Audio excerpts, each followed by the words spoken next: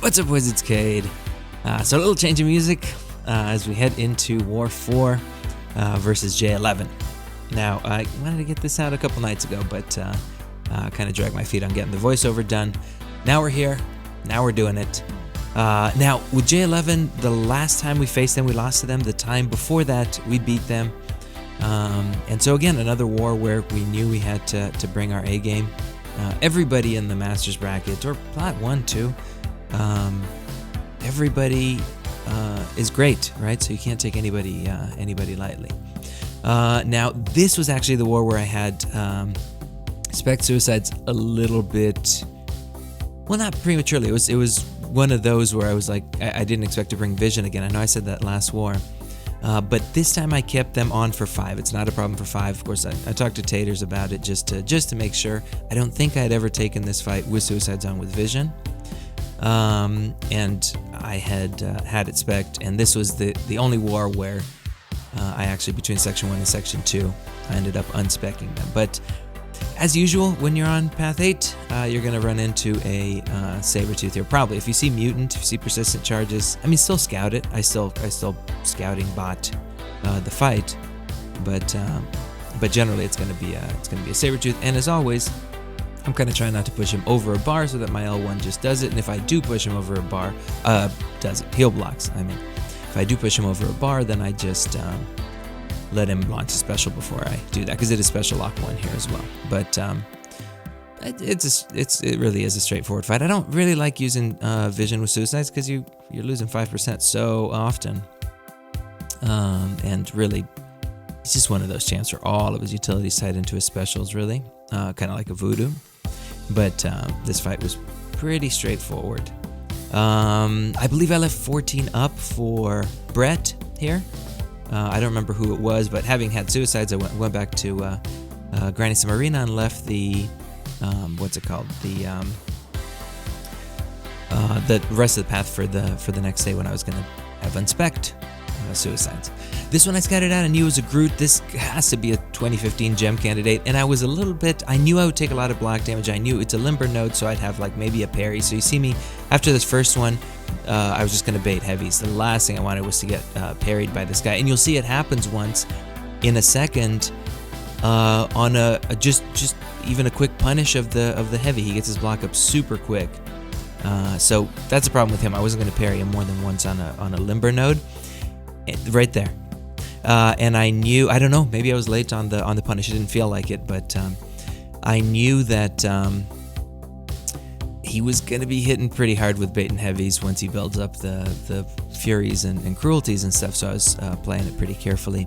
In fact, if I'm not mistaken, when I was editing this, I was watching, there's a heavy here that I don't punish because it felt like I was going to be late and didn't want to get parried again. But it's a funky fight for vision, because you want him launching those SP1s, and you want to, especially when you're pretty much stunning me when you run out of parries. There was didn't punish it, but not an issue. It's just you hate to take all that chip damage. And you saw me a second ago too, kind of wait him out because he had 9 stacks, and I would rather him drop some of those before punching into my block. But pretty straightforward. I did bring Cap. I was going to bring a synergy for one or the other. Brought Cap just because I knew I'd be using vision for what I expected to be Iceman on 44. So why not have that extra power control? Now, this was the first thing I fought in war. Before this, we kind of thought Villainy might be a good node for him because he doesn't launch specials, but oh my gosh, if you see a duped science on Villainy, just bring Blade. He turns it into a very straightforward placement. Initially, the worry with Blade was, well, is the cooldown timer going to be too long? Are you going to be able to keep those rock charges off? But the cooldown timer being 2 seconds, it's like the ideal. You can even just 3-hit and parry. It's really the ideal length for keeping this fight at bay. Not a problem at all. You'll see me sometimes even pushing higher, just, I think I push him to 5, 6 sometimes, because you've got those parries, and there's really no danger of him going to 15. Neither of you are going to get power here, but as you can see, no suicides, no anything. The only, fully boosted, of course. The only fight I had seen before with Blade here was with suicide, so going into it, you never know what to expect going into a fight you've never taken before in that fashion, but it was pretty straightforward. So my advice is just bring Blade if you're going to be expecting Thing on, or if you see any 5-star duped science, why not, right? Could be Electro, but then you just parry your way if you don't have Danger Sense and just take it easy, because again, neither of you will gain parry, so you or power, so you're not gonna be able to heal through there. But if you can't fit that Danger Sense synergy in there, for Thing you don't need it, but it's just if you expect Electro. Anyway, this was the first time taking a lot of firsts this season, just because I'm using OG Vision more. First time taking Spite with Vision, so of course that Cold Snap's gonna hit pretty hard with no sort of energy resistance, but after that, it's really straightforward. You're keeping the fight nice and locked down. With Iceman, as always, if you're fighting Iceman, he's almost always, if you're going to parry his ice armor off, he's almost always going to follow with the heavy, so just be ready for that.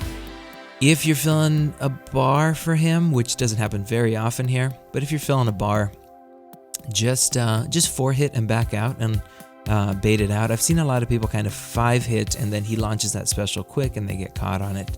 So whenever you're facing Iceman, a good strat is just to, I'll have a video coming out on this, but for a lot of champs, but Iceman's certainly one of them. Just 4-hit and back out and you'll be golden.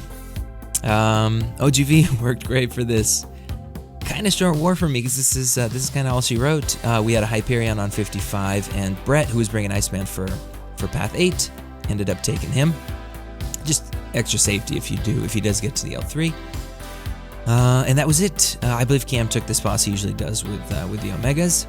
And that was the war. GG's to J11. It ended up being 7-11 as far as death count, and that brought us to 4-0.